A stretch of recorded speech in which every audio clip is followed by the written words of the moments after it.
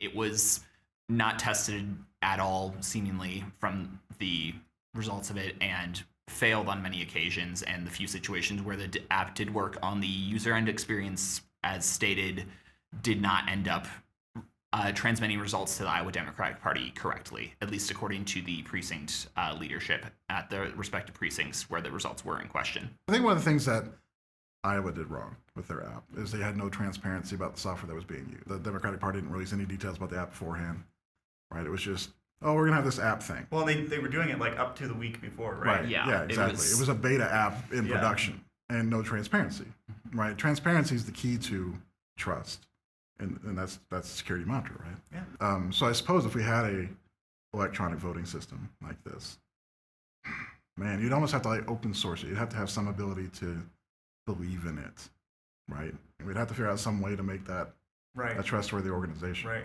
Well, I think if it was open source and everybody could read the code, not that very many people would, but maybe they would trust, security experts to go through it and make sure that it was at least somewhat secure. And then I don't know how you would make like your vote is private, my vote is private, but we would want to have some aggregate where everybody could verify all the votes in the back end that they match what people did. So I don't know exactly how you would do that without violating privacy. And maybe individuals can verify what their vote was when they submitted it. What happens if they say my vote was wrong? We ended up seeing a lot of that actually in Iowa. A particular number of precincts in Blackhawk County, the fifth largest county in Iowa, had the precinct captains were going on social media being like, the results being published are not what happened here. Really? With like accurate, like, here's the photo of the vote totals. I still have the box of all of the original, I believe they were calling them preference cards, where it's like they said they were having paper ballots for the individuals at the caucus sites. These were the paper ballots where it's like person signed their name and then their first preference, and if their candidate was not viable, their second preference.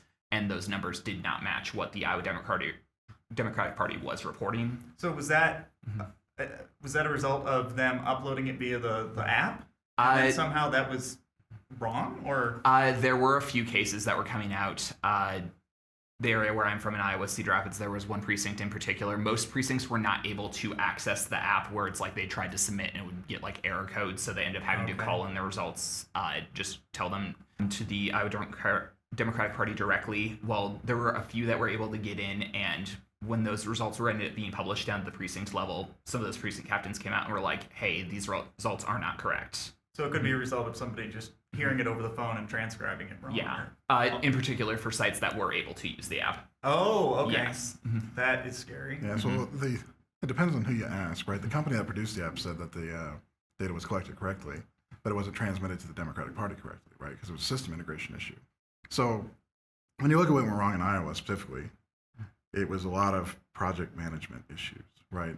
Develop under a short timeline, not understanding your user base, who's ultimately going to use the app, not publishing the app for real through the App Store, sideloading it through a beta platform for Android and iOS. That's not a really great methodology. I mean, there's all sorts of security vulnerabilities that could be in your app that wouldn't have been found because the whole adjudication process for publication is supposed to find those things. Right.